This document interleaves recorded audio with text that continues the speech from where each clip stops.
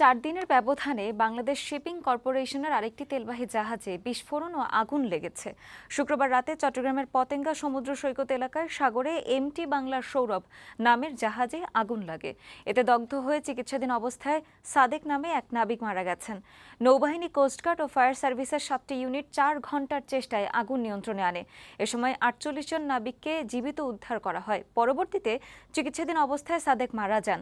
ঘটনার তদন্তে একটি কমিটি করেছে শিপিং কর্পোরেশন। আগুন লাগার ঘটনা নাশকতা কিনা খতিয়ে দেখা হচ্ছে। এর আগে গেল সোমবার চট্টগ্রামে বাংলার জ্যোতি নামে আরেকটি জাহাজে বিস্ফোরণের পর আগুন লেগে 3 জন নিহত হয়।